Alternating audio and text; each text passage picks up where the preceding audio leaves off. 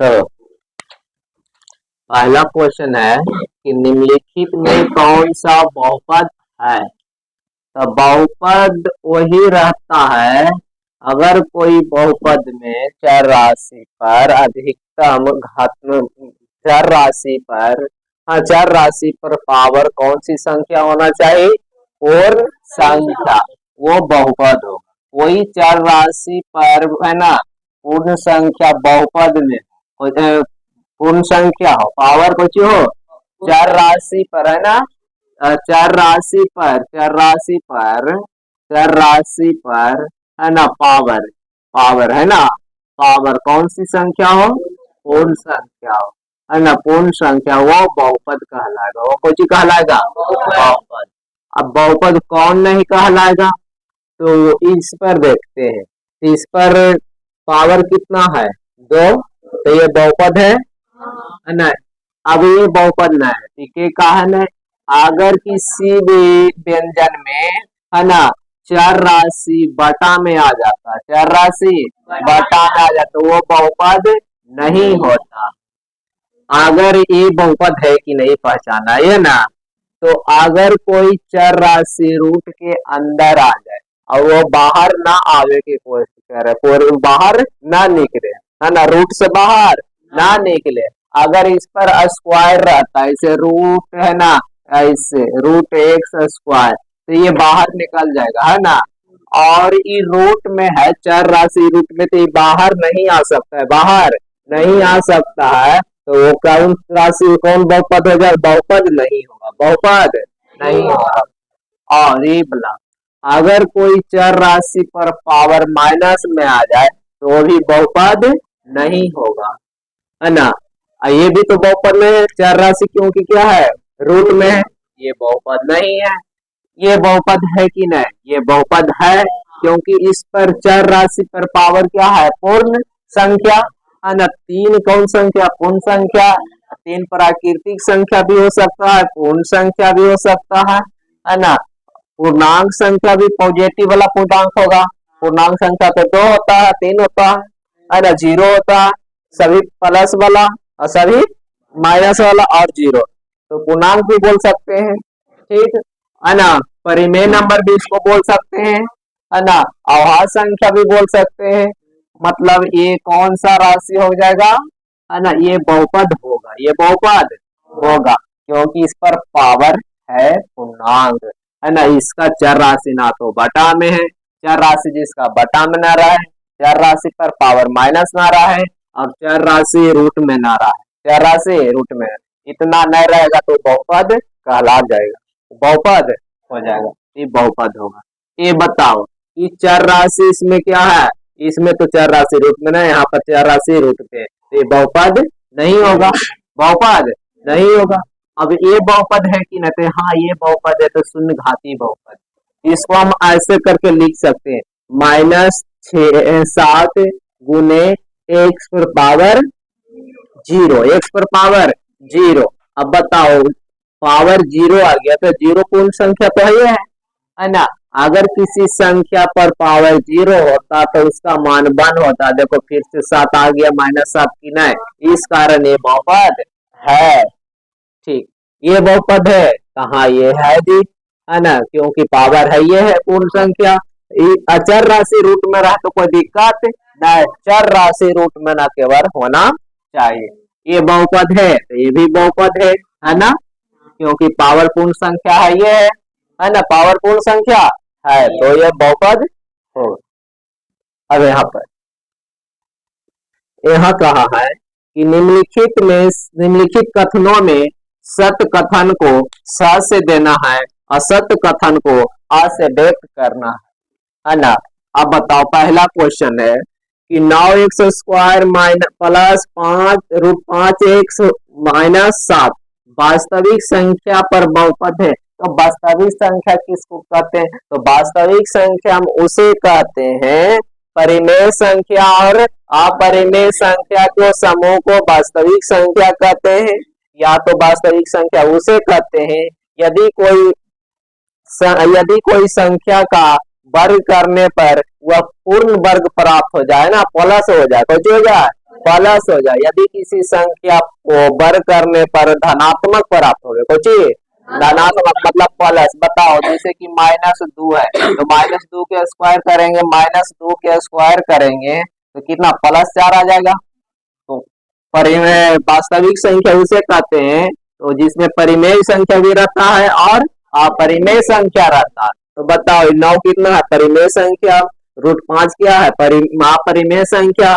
ये भी कौन है, अपरिमेय संख्या। तो ये क्या हो जाएगा, 7 हो जाएगा कि नहीं, क्योंकि परिमेय संख्या और परिमेय संख्या से है ना बना बहुपद को है ना वास्तविक बहुपद, वास्तविक संख्या पर बहुपद कहते हैं। जिसे परिमेय मिल जाए और अपरिमेय मिल जाए तो वो सम तो वास्तविक होगा, वास्तविक होगा। यहाँ पर बोला है कि पूर्णांक पर बहुपद ये है कि नहीं।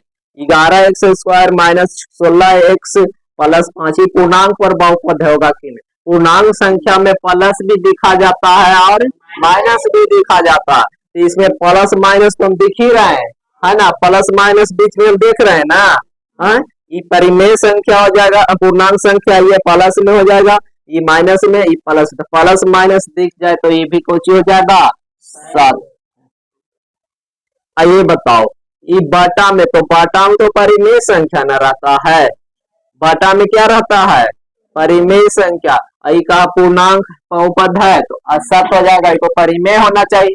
बाटा में जिसको P/Q के रूप में लिखा जा सके उसे परिमेय संख्या कहते हैं। तो P/Q के रूप में तो यही कुल के ना लिखा हुआ है। इसको नीचे एक नहीं कर देंगे तो P/Q के रूप में नहीं हो जाएगा। तो P/Q के रूप में लिखा रहा है तो परिमेय होगा, ये कहा कि पूर्णांक होगा तो कहेंगे नहीं 7 होगा, तुम्हारा गलत है ना।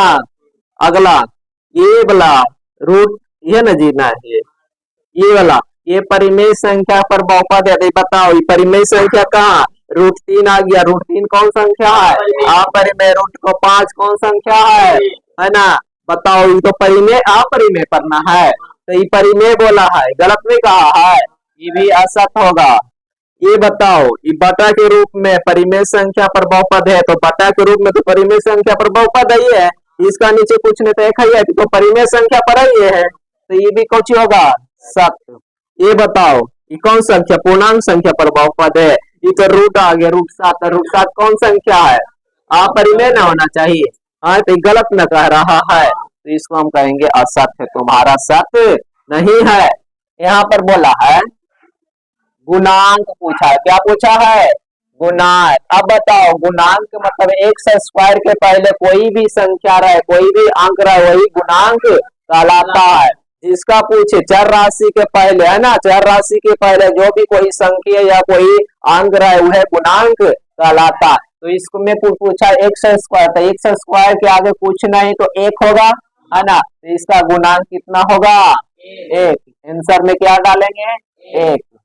अब यहाँ पर पूछा x² का गुणांक, तेरा में x² है नहीं, है ना। जिसमें जिसको पूछा उसमें नहीं रहे तो उसका मान 0 होता है। कितना होता है, 0, इसका मान 0। या तो हम इसको ऐसे लिख सकते हैं x² x³ है ना प्लस x 0 गुने x² प्लस x प्लस कितना 5। अब बताओ x² तो लिख दे, इधर लिखे तो फिर तो 0 भी आ जाएगा, कोई फायदा नहीं है ना, कुछ हुआ नहीं। इस कारण से जिसमें अगर कोई बहुपद में कोई का गुणांक पूछ दे और बहुपद में उपस्थित चर राशि ना रहे, है ना, बहुपद में उपस्थित चर राशि ना रहे तो उसका मान क्या होता है, 0, उसका मान 0। तो इसका मान 0। इसने पूछा है कि x² का गुणांक बताओ, तो x² के पहले कितना है, π/2, तो आंसर π/2। इसमें पूछा x² का गुणांक, तो इसमें तो उपस्थित है या नहीं है, नहीं है, तो इसका मान कितना हो जाएगा, 0। कितना हो जाएगा, 0।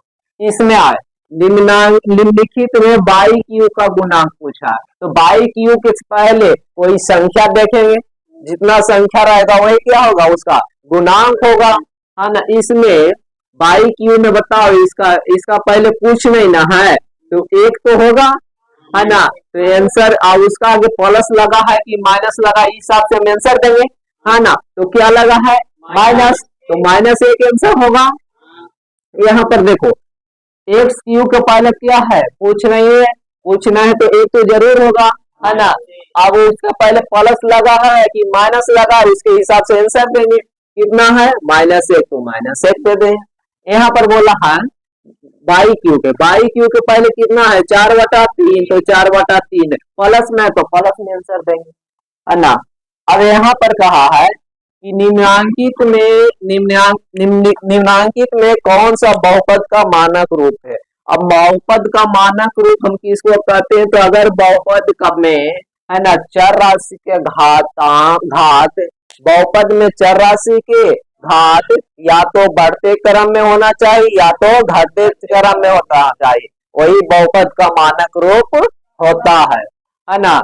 तो बताओ या तो बढ़ते क्रम में देखना है घात चर राशि का या तो घटते क्रम में। चलो यहाँ देखो पहला 5 से 2 आ गया सही, घट रहा है, फिर 1 आ गया सही, कुछ नहीं पावर तो 1 पावर, फिर 4 चल गया गलत, है ना। घात तो यहाँ तक ठीक था, यहाँ तक ठीक है, मगर ई बिगाड़ दिया कि एक हिसाब से घटते जा रहा था तो घटते जा रहा था, घटते रहने चाहिए ना, या तो बढ़ते रहना चाहिए, आई बिगाड़ दिया कि तो ये कौन है मानक रूप नहीं है, ये गलत हो गया, ये काट दे सकते हैं, ये नहीं है, इसका मानक रूप लिख देंगे, या बहुपद का मानक रूप नहीं है। ठीक, इसमें देखो चलो बढ़ते क्रम में बढ़ ही रहा है, 2 से कितना किया पावर, 2 पावर से कितना पावर किया, बढ़ते क्रम में बढ़ रहा है, अभी तक है मानक रूप, है ना। अब फिर 4 से कितना कर दिया 3, नहीं है, 1 है कर दिया, नहीं ना है, नहीं, तो ये भी बहुपद का मानक रूप नहीं है, आंसर देंगे या बहुपद का मानक रूप नहीं है। यहाँ पर देखो 2 पावर किया, 2 से 1 किया, 1 से कितना कर दिया 0, तो ये बहुपद का मानक रूप है, घटते क्रम में है, ये बहुपद का मानक रूप है, लिख देंगे या बहुपद का मानक रूप है। बताओ 2 से 3 किया, 3 से कितना कर दिया है, इसके आगे 0 न रहता है, 0 पावर के नहीं बहुपद है, 0 पावर के, और 0 से 1 कर देती, कहाँ है, बढ़ाया था फिर घटा दिया फिर बढ़ाया, ये बहुपद का मानक रूप नहीं है। अगला क्वेश्चन नंबर यहाँ कुछ कह रहा है कि निम्नांकित में बहुपद का मानक रूप में नहीं दिए गए, मतलब मानक रूप में नहीं दिया गया है ना, उन्हें चर राशि के घातों का आरोही क्रम में अवरोही क्रम में है ना लिखे, अवरोही क्रम में मतलब मानक रूप में नहीं दिया है, इसे मानक रूप में हमें अवरोही क्रम में लिख के मानक रूप में इसको लाना है। मानक रूप में घटते क्रम है ना, तो पावर को घटते क्रम में लिखना है ना। तो बताओ घटते क्रम में जब लिखेगा रहे तो सबसे पहले सबसे बड़का है ना, उसके बाद उससे छोटा, फिर उसके बाद उससे छोटा, तो सबसे बड़ा पावर इसमें कौन है ये बताओ, जेड पर पावर 5, इससे छोटा प्लस ये ना है 6Z क्यू, इससे छोटा प्लस 7Z स्क्वायर, इससे छोटा, यही मानक रूप हो गया, ये मानक रूप में लिख दिए है ना।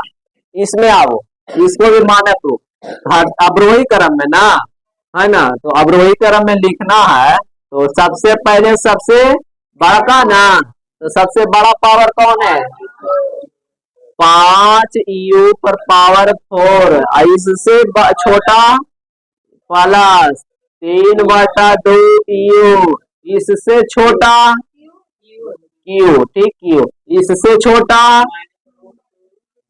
-√2x square plus 3x minus 1, ये बहुपद का मानक रूप अवरोही क्रम में लिख लेंगे, है ना, अवरोही क्रम में लिख दिए। अब यहाँ पर आओ इसको अवरोही क्रम में लिखना, तो सबसे बड़ा पावर कौन है ये ना, तो माइनस इसका आ गया, तो -7/2 AQ है ना, इससे छोटा कौन है, तो इसका आगे माइनस है, तो -8T स्क्वायर, इससे छोटा कौन है या तो इसका आगे प्लस लगाना है, तो प्लस लिखेंगे प्लस 3T है ना, फिर इससे के बाद 5 बच गया प्लस 5 लिख देंगे। इसमें सबसे बड़ा पावर 3 पावर है जी, तो सबसे पहले इसको लिखेंगे, उसके बाद प्लस